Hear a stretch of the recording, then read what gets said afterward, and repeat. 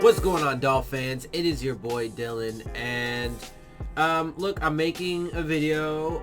There's a interesting article that I want to discuss and go over. We'll get to that in a minute. Before I get to that, though, I do want to give you guys some updates and some news on some channel-related things that I'm doing to, try to help improve upon my channel. Number one, I am making some changes. I mentioned this a little while back that I was going to start making some changes to my room setting here, so that way I can, deck it out a little bit more Dolphins-y and to kind of like, just make it, make it a little bit more tailored to the channel like it's supposed to be. Put up some Dolphin stuff. I want to try and over this way I'm gonna fix up my shelving unit back there a little bit, kind of hide some stuff. I'm gonna organize things back there over the next few days, whatever. I'm gonna put things together and make it look neater, tighter, look better, and start putting up some Dolphin stuff in the background to help, fill it out.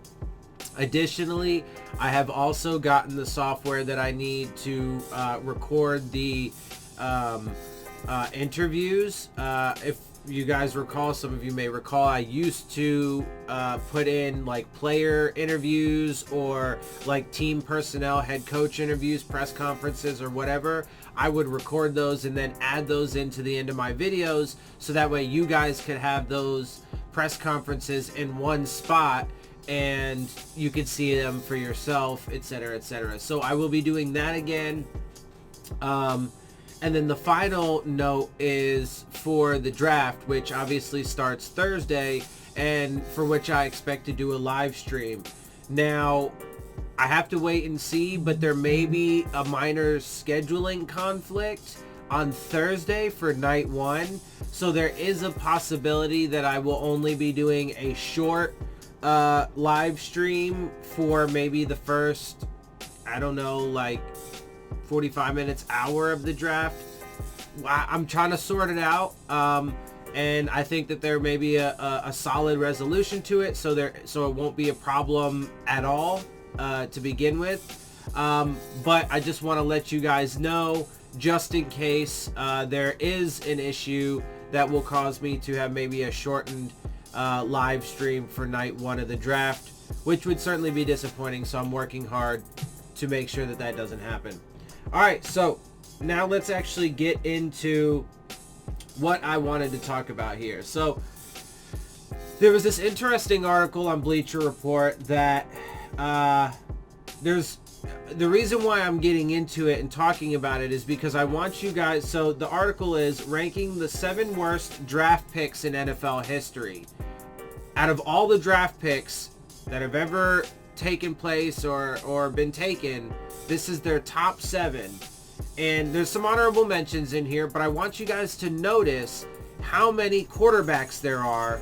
And pretty much, I think every single one of these players that they mentioned were taken in round 1. But look how many quarterbacks there are. And it goes to the point about how it's the philosophy that all you need is a quarterback, to me, is absolutely foolish. Your philosophy should be build an entire roster. You shouldn't ever focus on just one position, right? Quarterback is important, but so are the other 10 people that are on the field with him at the exact same time. Not to mention the other 11 people on his team that are on the opposite side of the ball that need to get him the ball back, right?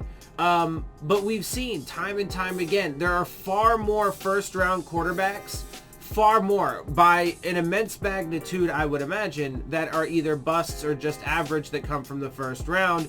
And subsequently, there are quarterbacks like the GOAT, or one of the greatest of all time, Tom Brady, and certainly quarterbacks like, Dak Prescott and Russell Wilson, who were not taken in round 1, that have proven to be, franchise guys, etc. So let's see what they have to say. One of the reasons the NFL draft has become such a popular event over the last few decades is that it provides hope for all 32 fan bases. Each team has the chance of grabbing the next Patrick Mahomes or Lamar Jackson, a player who could dramatically change the future of his franchise for years to come. But it's just, that risk is too great in my opinion. It just, the chasing, it's silly.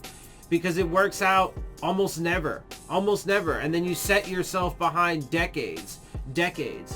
Whereas you could do my philosophy, never take one in rounds 1 or 2, take one every year in round 3 or later, depending on how bad you think you need it.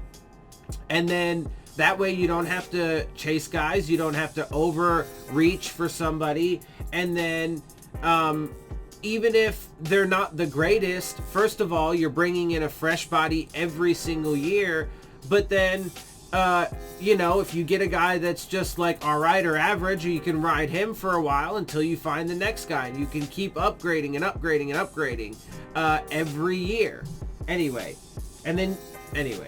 you guys know my philosophy on that. Why make the draft so agonizing at the same time is the potential of selecting a bust? Missing on a player, especially in the top 5 picks, can set a franchise back for years. Here we are looking at the 7 worst draft selections in NFL history. However, we will be doing so with a bit of a twist. We will only be discussing players who failed in the NFL primarily because of their play and not injuries. So, that's an interesting note because this is only a list of players who just sucked flat out as opposed to players who got hurt and so on and so forth.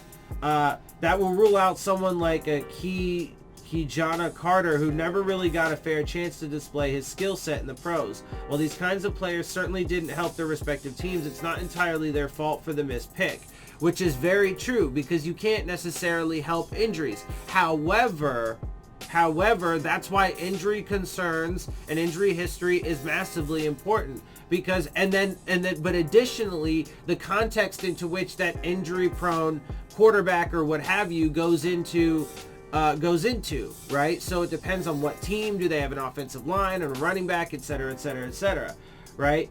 But it's, you know, it's super important because look, I mean, it goes to show you, like I said, these are the top 7 with a bunch of honorable mentions, and there are a ton of quarterbacks in here. But this is only a short piece of this list, and it doesn't include the guys who get injured, which is unfortunately a reason for why guys end up being busts. It is. It ends up being a reason for a lot of players. It's not their fault necessarily, but it happens. And so the list is massive compared to the list of players in which you can get, in first round that end up being, you know, franchise guys are the best of all time, whatever. We'll also be evaluating each pick by the context of their draft class. Some misses are worse than others, given the players that were selected immediately after them, while other picks don't look nearly as bad in weaker draft classes. So it's good that they're using a very nuanced, approach to it, an in-depth approach. So real quick, let's just run through these honorable mentions. They have a linebacker, Brian Bosworth, for the Seahawks. Then they have Jets running back Blair Thomas, Lions quarterback Andrew Ware, pick number 7 in 1990. Falcons cornerback Bruce Pickens, Bengals quarterback David Klingler, pick 6 in 92. Seahawks quarterback Rick Meyer, pick 2 in 93. Redskins quarterback Heath Shuler, pick number 3 in 94.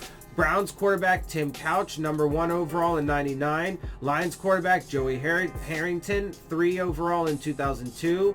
Then you have a defensive tackle to the Jets, Dwayne Robertson. Then a Cardinals quarterback Matt Leinart, pick 10 in 2006. Then you have Jets D-end Vernon Golston, Seahawks linebacker Aaron Curry, Browns running back Trent Richardson, and then Browns quarterback Johnny Manziel, pick number 22 and 14.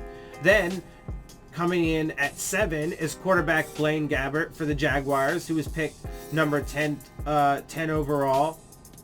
Then you have number 6, coming in at number 6 is quarterback Jake Locker for the Titans, who was picked 8th overall.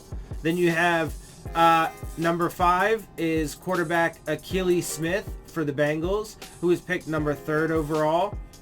Quarterback Ryan Leaf for the Chargers comes in at 4, picked 4th overall. He comes in at number 4. He was in the 88 draft. Some Peyton Manning. He was picked number 1 overall. Peyton Manning was the safer bet, but he was picked over Peyton Manning. That's right. So number 1 overall, and then a wide receiver comes in at 3. Charles Rogers of the Lions. Quarterback Jamarcus Russell at number 2. He was the 2nd overall pick. The 1st overall pick in 2007. And then an offensive tackle comes in at number 1. But did you see all of those quarterbacks from round 1 that get picked? Failures. And that's a small portion of the list.